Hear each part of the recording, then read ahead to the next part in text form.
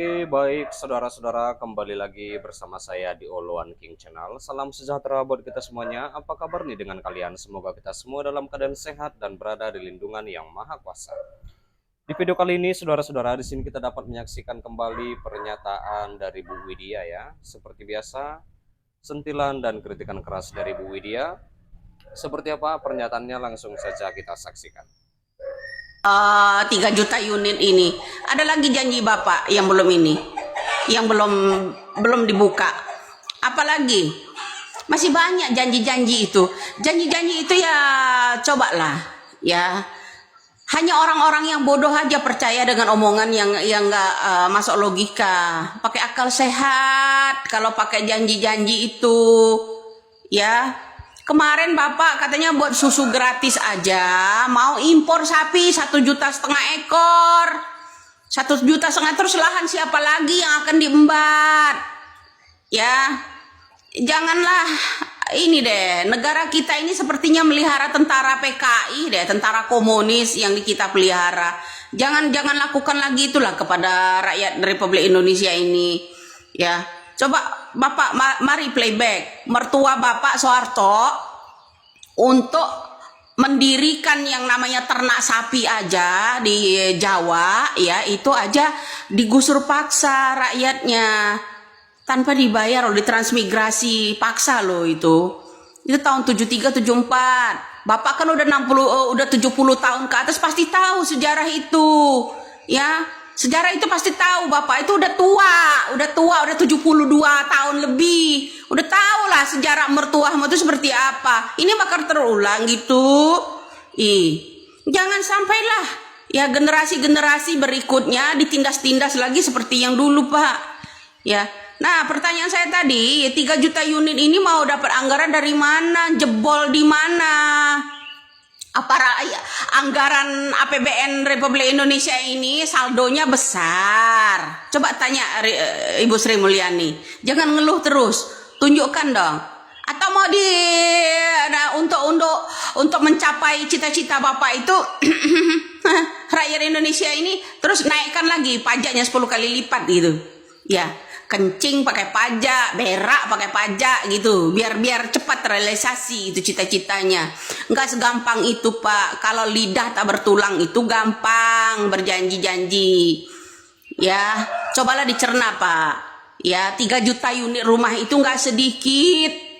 Ya, 1 juta aja mau gusur mana? Ingatlah itu zaman mertuamu itu, Soeharto. Untuk memperluas yang namanya ternak sapi, mertuamu itu usaha anak sulungnya itu ya, anak sulungnya itu yang di Jawa itu aja rakyat Jawa ditransmigrasi paksa ke Sumatera, pahamlah di situ. Terus yang 1 juta di pedesaan itu ya, tanah dari mana, lahan siapa lahan siapa yang bakal diminta di situ? Atau mau ada penggusuran pula itu di ini? Ya, ada aja peraturan aja ngaco sekarang ini. 2 tahun nggak bayar pajak ditilang. Terus orang-orang yang nggak bayar PBB, kalau petani-petani itu biasanya 3 tahun sekali ya Pak bayar ya. Iya, itulah dia pernyataan dari Bu Widya, saudara-saudara. Kita sudah mendengarkannya. Bagaimana nih menurut tanggapan kalian? Silahkan tinggalkan di kolom komentar ya. Sebentar, jangan di skip dulu. Di sini kita kembali membahas tentang di mana Presiden Prabowo Subianto sempat singgah ke Bengkulu menggunakan pesawat kepresidenan RI 1. Itu pada Minggu 6 April 2025 ya. Dan Prabowo itu datang ke Bengkulu untuk menjemput asisten pribadinya yang bernama Agung Surahman yang hendak bertugas mendampingi kunjungannya ke Malaysia. Dan pada Senin 7 April 2025, saudara-saudara, dalam unggahan akun TikTok TEDSky89 memperlihatkan video pesawat yang dinaiki Presiden Prabowo terparkir di Bandara Fatmawati Soekarno. Dalam unggahan itu, pemilik akun menulis "Bapak tiba di Bengkulu". Namun ternyata saudara-saudara, akun pribadi Agung Surahman membalas unggahan yang sudah ramai dikomentari netizen tersebut. "Saya Agung Surahman atas nama pribadi. Mohon maaf yang sebesarnya kepada seluruh pimpinan dan masyarakat Bengkulu. Kejadian ini di luar dugaannya. Kejadian ini di luar dugaan saya. Tulisnya dalam kolom komentar akun tersebut ya. Ini sangat pribadi dan mendadak. Karena memang Bapak Presiden dijadwalkan berkunjung ke luar negeri Malaysia dan saya diminta untuk ikut mendampingi beliau. Namun karena saya sedang berada di Bengkulu, saya sudah sampaikan ke Bapak Presiden saya saja yang menyusul ke Jakarta. Namun beliau memutuskan untuk ke Bengkulu dahulu karena juga lintas sejalur ke Malaysia ya saudara-saudara. Tak sebatas itu, Agung Surahman juga meminta maaf karena Presiden Prabowo tak sempat turun dan menyapa masyarakat Bengkulu. Hal itu lantaran Presiden Prabowo dikejar waktu untuk segera ke Malaysia.